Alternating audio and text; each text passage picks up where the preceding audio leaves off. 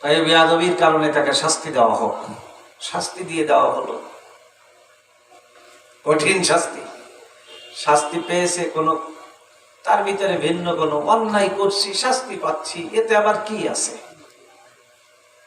শাস্তি দেওয়া শেষ, এবার সে হঠাৎ করে হাউমাউ করে কান্না শুরু করেছে। কি এখন কাঁদিস কে?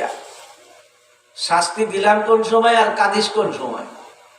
কয় শাস্তি পেয়ে কাঁদি না, কাঁদি অন্য আর একটা চিন্তায়। কি চিন্তা? 10 মিনিট আরামের বিছানায় শোয়ার শাস্তি যদি এই হয়, তো আমার যে মালিক, আমি যার দাসী, রাতের পরে রাত, ঘন্টার পরে ঘন্টা আরামের বিছানায় ঘুমায়, কিভাবে সে শাস্তি সহ্য করবে? অন্তর চক্ষু খুলে গেল। কোথায় রাজত্ব, কোথায় সিংহাসন?